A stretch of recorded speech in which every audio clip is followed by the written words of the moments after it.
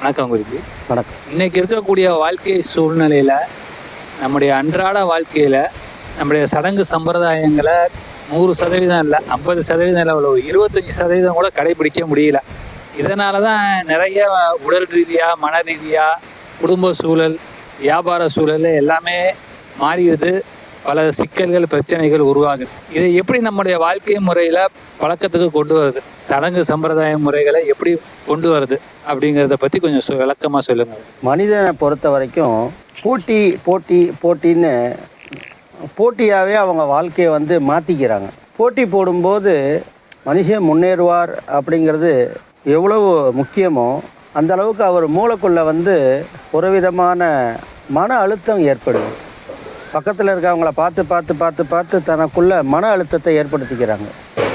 அந்த மன அழுத்தமானது அவங்களா இருக்க விடுறதில்லை. தன்னை விட மேலே இருக்கிறவங்கள பார்த்து மனசை போட்டு ரொம்ப குழப்பிக்கிறாங்க, அழுத்திக்கிறாங்க. நம்ம BMW கார் வாங்கணும் அப்படின்னு நினைக்கிறது ஒரு ஆசையாக மாறும்போது அதுக்காக இவங்க போராட வேண்டியிருக்கு. நம்ம நிம்மதியாக வாழணும் அப்படின்னு நினைக்கிறத விட நம்ம ஆடம்பரமாக வாழணும் அப்படிங்கிற நினைப்பு மக்களுக்குள்ளே அதிகமாகிட்டே வருது. ஆடம்பரம் முக்கியமாக, நிம்மதி முக்கியமாக, பகட்டு முக்கியமாக, படாடோப்பு முக்கியமாக, இல்லை ஆரோக்கியமான உடம்பு முக்கியமாக அப்படிங்கிறது மக்கள் சிந்திக்க ஆரம்பிக்கணும். மக்கள் முதல்ல எளிமையாக வாழ கற்றுக்கணும், இயற்கையோடு இணைந்து வாழ கற்றுக்கணும். நம் முன்னோர்கள் நதியில் குளித்தாங்க, குளத்தில் குளித்தாங்க, ஏரியில் குளித்தாங்க.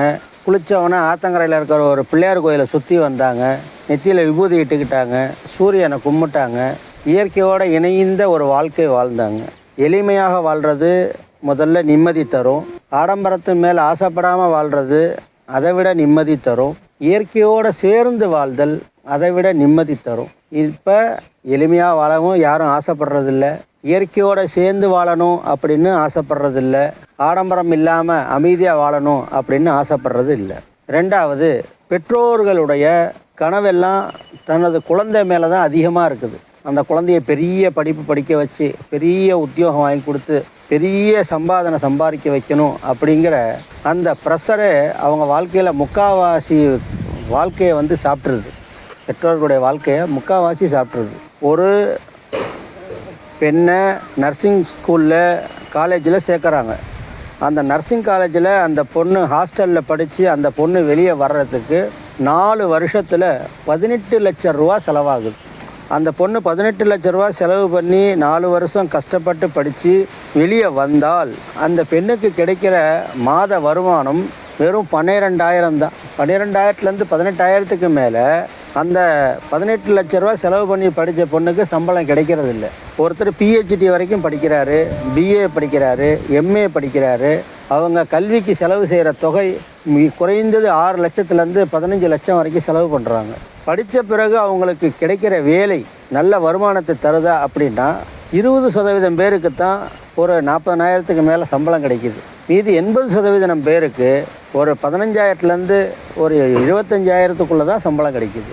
மனிதனுடைய பிரச்சனைகளுக்கு காரணமே பொருளாதாரம் தான். பொருளாதாரத்தை சரி செய்யாமல் நாம் நிம்மதியாக வாழ முடியாது. பொருளாதாரத்துக்கு பெருசாக ஆசைப்பட நம்முடைய நிம்மதி குறையுது. இயற்கையை விட்டு செயற்கையான காங்கிரீட்டு உலகத்தில் வாழ்கிற வாழ்க்கையினாலையும் நம்முடைய நிம்மதி கெடுது. நதி ஸ்நானம் செய்யும் பொழுது தான் நமக்கு மூளையிலுடைய அமைதி கிடைக்கும். தயவு செஞ்சு எல்லாருமே மன நிம்மதிக்கு காலையில் நதி ஸ்நானம், குளம், இது போன்ற இயற்கையான நீர்நிலைகளில் ஸ்நானம் செய்து ஆலய தரிசனம் செய்ய அவங்களுடைய மூளைக்கு அமைதியும் தெளிவும் கிடைக்கும். ஆலய தரிசனம் ரொம்ப ரொம்ப ரொம்ப ரொம்ப அவசியமானது. சூரியனை கும்பிடுறதன் மூலியமாகவும், ஆலய தரிசனம் செய்கிறதன் மூலியமாகவும், எளிமையாக வாழ்கிறதன் மூலியமாக நாம் நிம்மதியான வாழ்க்கையை அடையலாம்.